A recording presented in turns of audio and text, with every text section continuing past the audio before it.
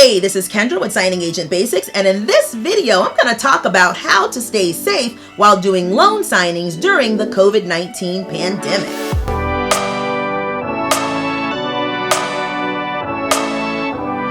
Banking, lending, and title companies are considered essential services during the COVID-19 pandemic, which means that these businesses are still open, operating, and providing services to consumers. Signing agents, by extension, are also considered essential employees, which means that while signing agents are not required to work, you can work if you are willing.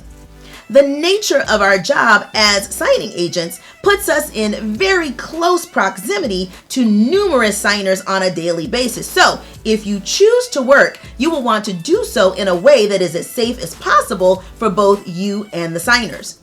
And in this video, I'm going to give you some suggestions on how to do just that. Now, I am not a fan of curbside signings or signings through doors or windows, so I will not be discussing those as options.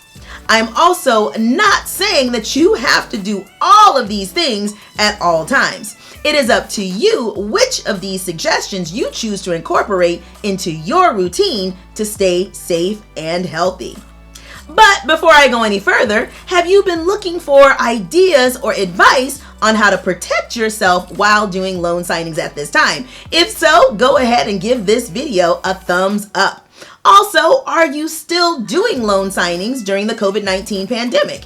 If so, what precautions have you been taking to stay safe and healthy?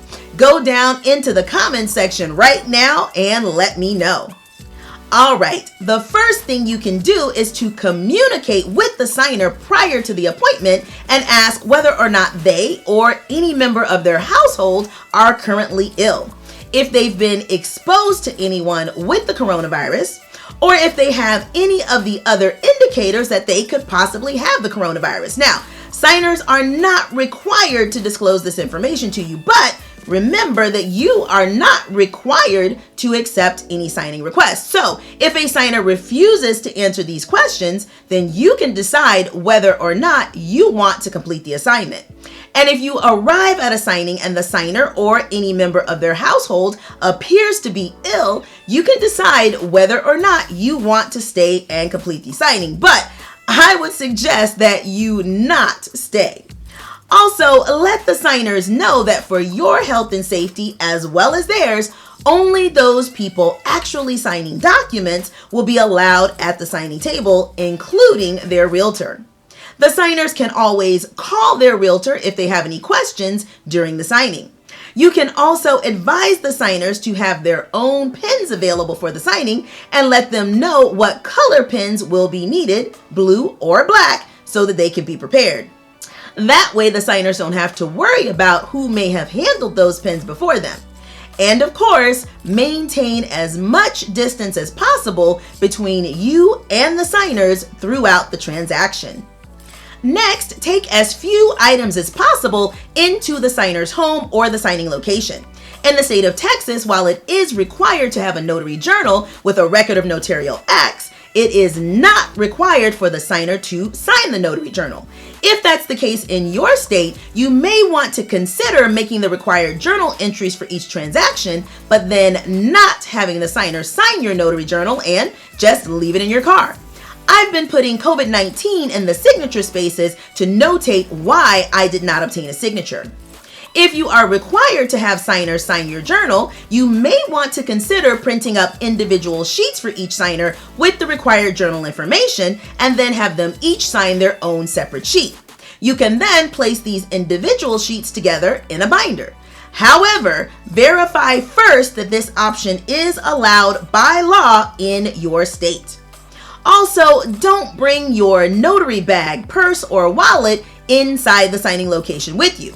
Just place your ID and your car key in a Ziploc bag and place it in your pocket, preferably a pocket that buttons or zips up.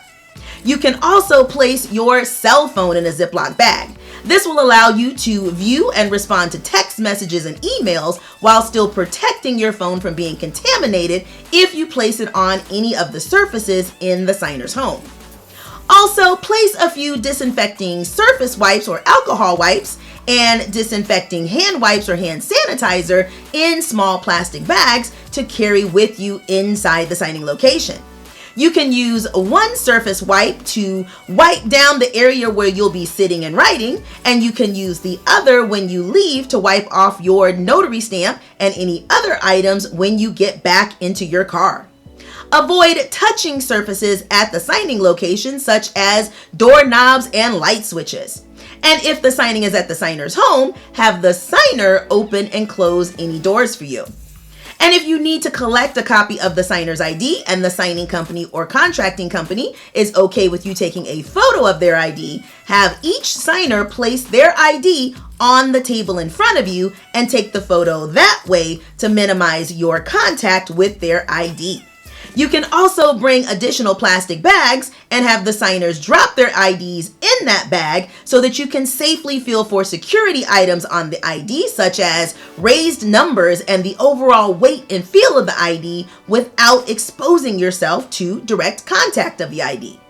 Another thing you may want to do is wear protective garments if you have access to them. Latex or plastic gloves can be very helpful if they are used properly. Now, remember that gloves do not have magical properties, and you'll still need to be mindful that when touching items with the gloves, that the gloves will become contaminated. So avoid touching your clothing or face while you are wearing gloves. Also, wearing eyeglasses, safety glasses, or even goggles may help to protect you from any droplets that are in the air or blown towards you while signers talk to you. Also, while there is still a debate over whether or not different types of face coverings and face masks are helpful in preventing the spread of the coronavirus, right now it is better to be safe than sorry, and any face covering is probably better than no face covering. Whenever you wear a mask or a face covering, make sure that it covers both your nose and your mouth, and preferably also wraps underneath your chin. It is also helpful for the mask to have a wire sewn into it to help it fit securely against your face with no gaps. Make sure that you can breathe through it and wash your face covering frequently. Many people have asked me about my face mask, which was designed and created by my mother, who is a respiratory therapist. Because of her job in the medical field, she understands how medical quality masks work, and she created this mask using those principles. This mask also contains a filter that helps to filter out particles, including viruses, so it is more effective than just a regular cloth mask. If any of you are interested in how to create this mask for yourself, I have a link to the pattern for this face mask down in the description box, as well as links to articles with suggestions for items that you can use as filters inside of the mask. Now, before you go inside to complete a signing, leave the FedEx or UPS shipping pack outside of your car underneath the windshield wiper, so that as soon as the signing is over, you can place the signed documents right into the shipping package and seal it. When the signing is complete, if you are at the signer's home, have them open all doors for you to let you out. Before you get into your car, take out your second disinfecting wipe and wipe off your notary stamp, cell phone, and any other items that you may have used before you place them in your car. Wipe off your car door handle and wipe off the outside of the shipping package. If you wore gloves, remove them and dispose of them, as well as all of the plastic bags, and use disinfecting wipes in a trash bag. And then wipe your hands with the sanitizing hand wipe or liquid hand sanitizer before getting into your car. Still avoid touching your face if at all possible. And when you get home, wipe down all of the surfaces that you can in your car with a disinfecting wipe or cleaner, and then wash your hands thoroughly with soap and water. Now look guys, I know that I gave a lot of suggestions, but remember that you do not have to use all of them.